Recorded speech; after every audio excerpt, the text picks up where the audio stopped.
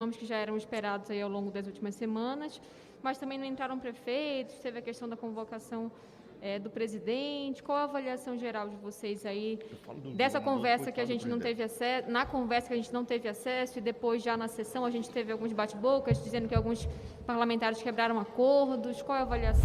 Nós fizemos uma reunião na sala 7, todos os membros, e aonde a gente construiu um acordo. O que esse acordo dizia? Que nós iríamos convidar 4 pessoas, 2 de cada lado, se dá para se dizer isso, que defende esse tratamento precoce, imediato. Então, 4, e cada ala indicaria 4 pessoas. Em 2 dias resolvia isso e parava de falar nesse negócio de cloroquina e companhia limitada. Isso foi acordado, foi aprovado. Então nós vamos indicar 4 pessoas e o outro lado vai indicar outras 4 pessoas. Com relação aos governadores, foi feita uma linha de corte que só seria convidado agora, neste momento, governadores que tiveram operação da Polícia Federal. Todo o estado que teve, o governador está sendo convidado. Foi um critério que nós encontramos, achamos, e foi decidido e foi acordado. Foi, então, aprovado o nome que o senador Alessandro nominou ali, os nomes, os números de governadores, e já foi aprovado para ser convidado nas próximas oitivas. Então, esse foi o acordo. Agora, com questão do presidente da República, fala meu querido senador Marco Rogério. Bem, assim, eu acho que hoje foi um dia de avanços para a CPI, né? O senador Jorginho mencionou, e a gente considera que houve um passo adiante, porque desde o início nós estávamos defendendo que a investigação não fosse seletiva, que ela não tivesse como foco apenas o governo federal, apenas o Ministério da Saúde. E até então era exatamente esse o foco total da CPI. E haviam manifestações de senadores da oposição dizendo que a investigação não chegaria nos estados e nos municípios. Hoje, essa tese, essa narrativa caiu por terra. Nós aprovamos a convocação de governadores. O critério adotado, como disse o senador Jorginho, foi o critério das operações da Polícia Federal. Nós tivemos 51 operações da Polícia Federal até outubro do ano passado, em pelo menos 18 estados diferentes.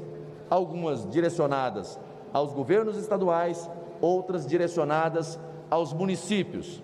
Então, nesse momento, nós aprovamos requerimentos relativos aos governadores, convocação de governadores que tiveram operações da Polícia Federal apurando, eventualmente, desvios, fraudes, superfaturamentos, contratos fictícios, enfim, irregularidades.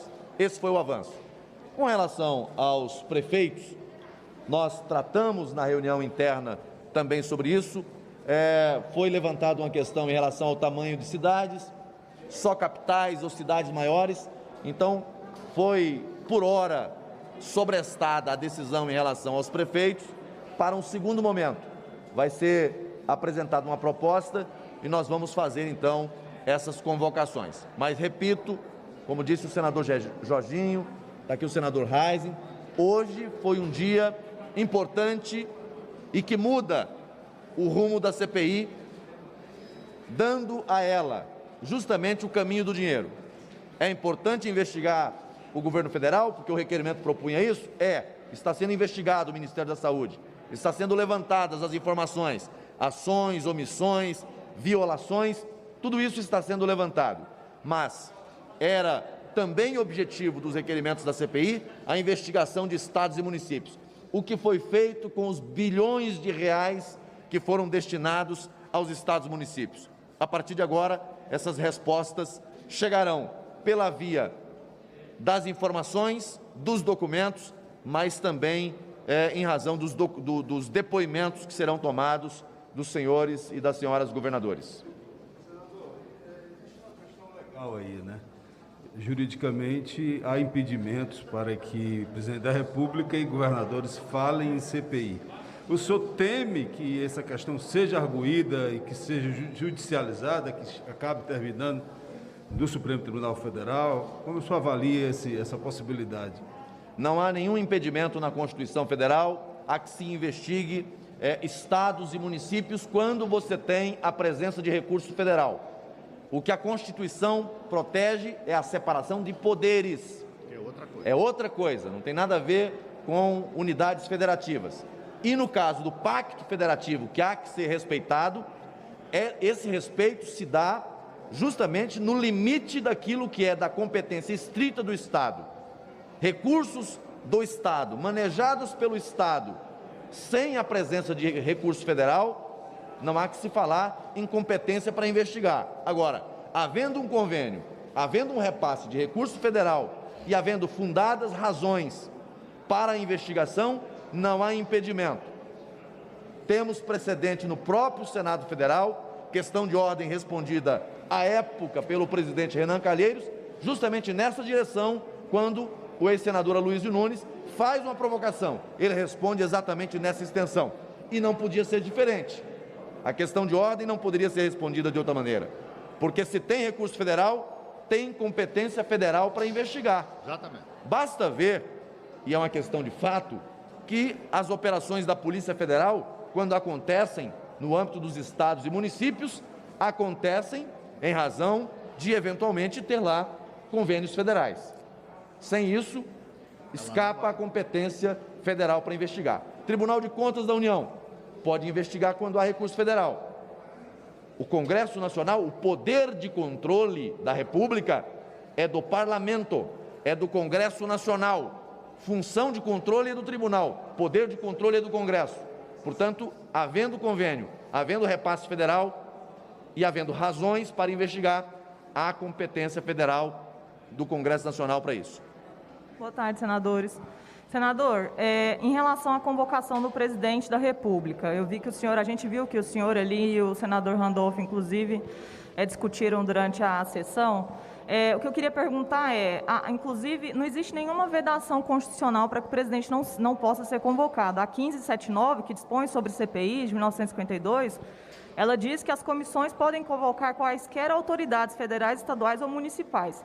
Se os governadores estão sendo convocados, como inclusive os senhores da base queriam, por que não convocar também o presidente para que ele preste depoimentos aqui na CPI? Essa tentativa do senador autor do requerimento foi uma tentativa de blindagem aos governadores. Quando o autor do requerimento de convocação do presidente da República apresentou esse requerimento, o argumento dele na CPI foi para proteger os governadores. Ele não queria a convocação dos governadores e disse: não, se é para convocar governadores, vamos convocar o presidente da República. São coisas absolutamente distintas.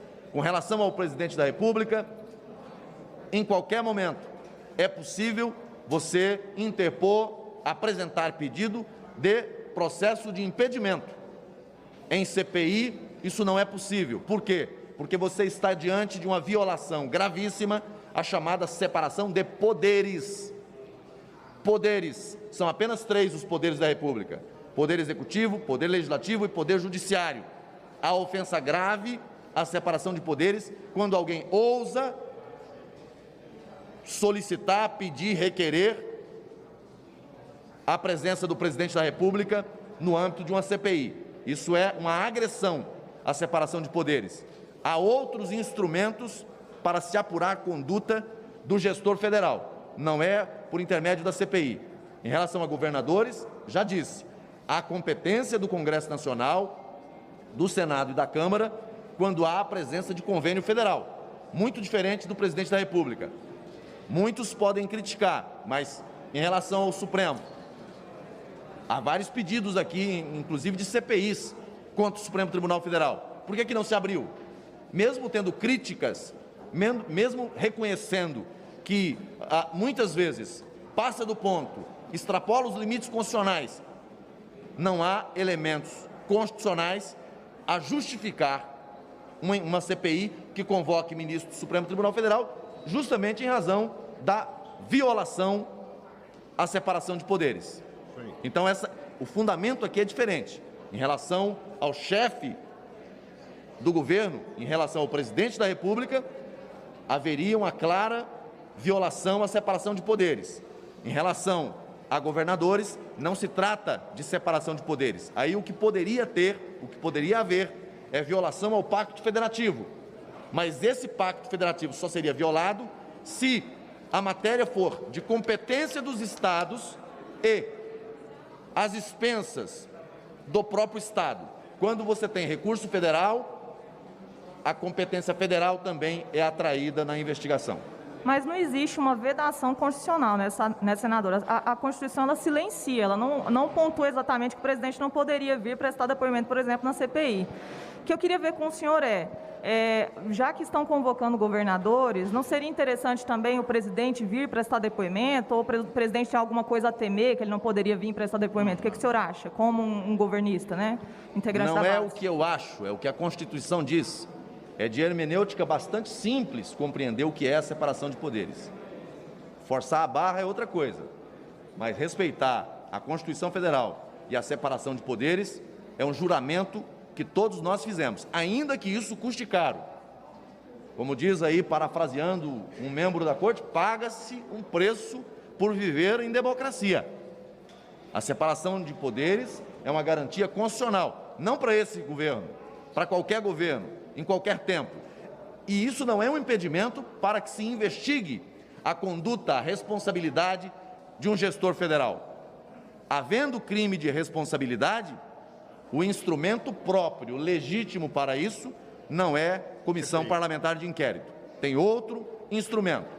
Qualquer coisa fora disso é forçação de barra, é teatro, é cortina de fumaça para tentar blindar a investigação de quem está fazendo a gestão de recursos federais, e há quem não queira a investigação destes.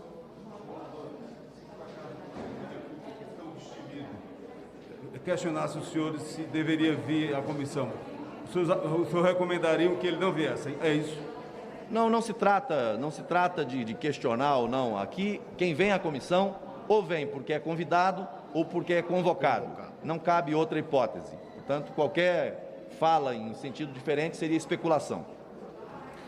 Boa tarde, senadores. Eu gostaria de fazer uma pergunta sobre repasses a estados e municípios. Em julho do ano passado, o ministro Pazuello autorizou um repasse de 14 bilhões de reais para estados e municípios, e parte desse dinheiro parlamentares admitiram que foram por indicação deles, indicações de parlamentares. A CPI pretende avançar nessas indicações políticas? Entendeu? Não. Não pretende avançar? Ele não entendeu uma pergunta. Vou perguntar mais uma vez.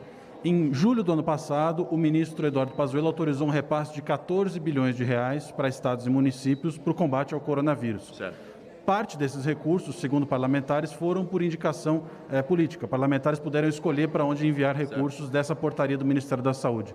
Isso também será objeto de investigação da CPI? O fato da indicação ter sido feita por um parlamentar, por emenda parlamentar ou extra-orçamentário, não altera a destinação. A questão aqui é a afetação.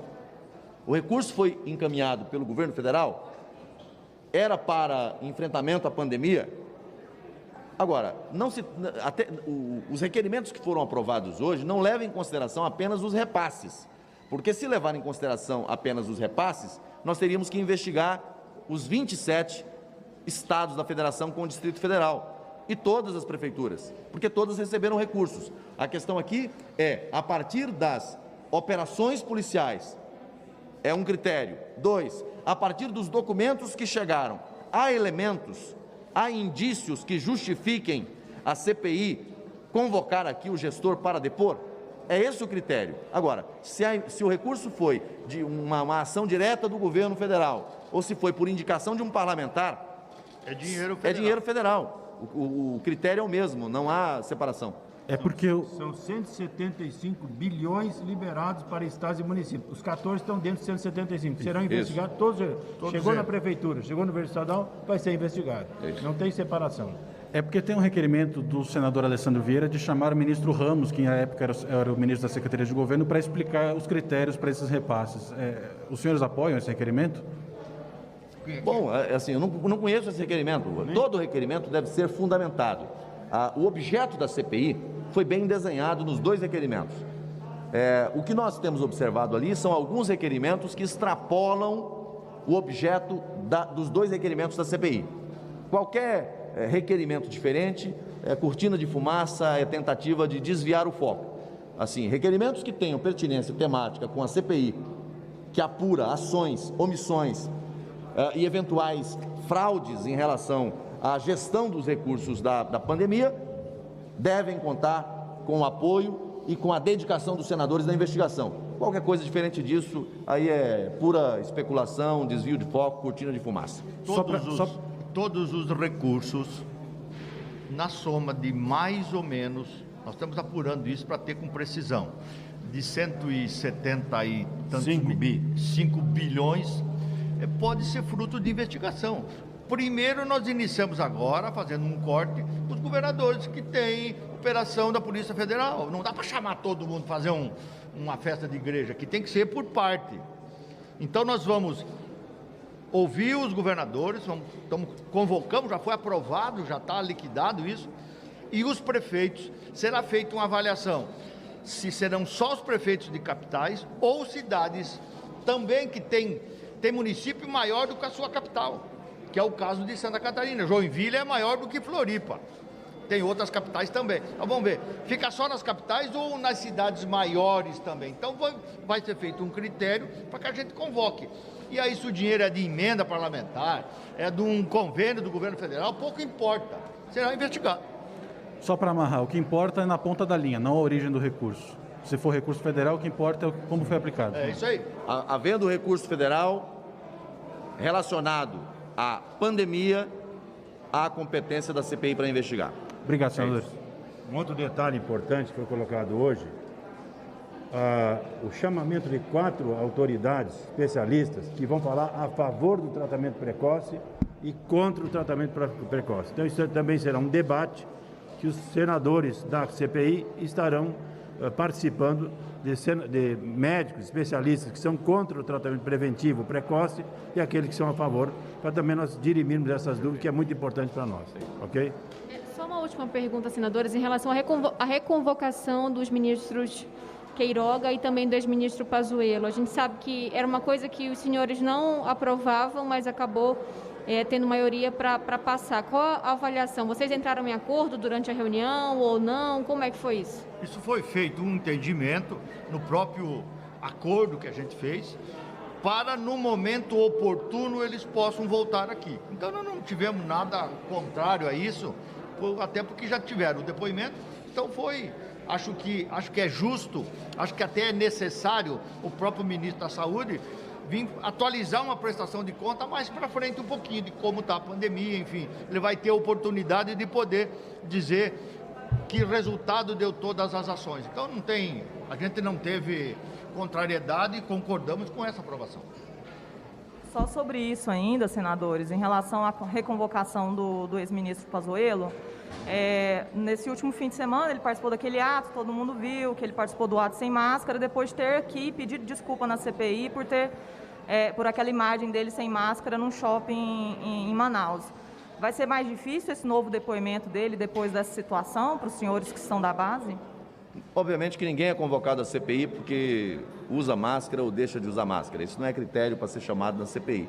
É claro que eu procuro seguir o protocolo e recomendo que ele seja seguido por todos, né? No momento de fala, numa situação onde você tenha condições de estabelecer um distanciamento, eu acho que é até possível você fazer sem o uso desse acessório. Mas a recomendação do protocolo é o uso de máscara. Mas ele não está voltando à CPI em razão de ter, num dado momento, ficado sem máscara. Eu acompanhei até a situação no Rio. Quando ele chega ao Rio de Janeiro, ele está usando máscara.